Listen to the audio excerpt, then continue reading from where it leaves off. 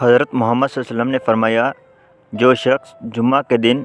غسل کرے اور اچھی طرح سے پاکی حاصل کرے اور تیل استعمال کرے یا گھر میں جو خوشبو میسر ہو استعمال کرے، پھر نماز جمعہ کے لیے نکلے اور مسجد میں پہنچ کر دو آدمیوں کے درمیان نہ گھسے، پھر جتنی ہو سکے نفل نماز پڑھے، اور جب امام خطبہ شروع کرے تو خاموش سنتا رہے، تو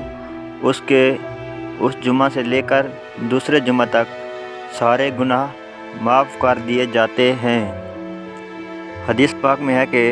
جو شخص جمعہ کے دن یا جمعہ کی رات میں سورۃ یاسین پڑھے گا اس کی مغفرت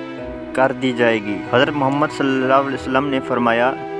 جمعہ کے دن اور جمعہ کی رات کثرت سے درود پڑھا کرو، جو ایسا کرے گا میں قیامت کے دن اس کی شفاعت کروں گا۔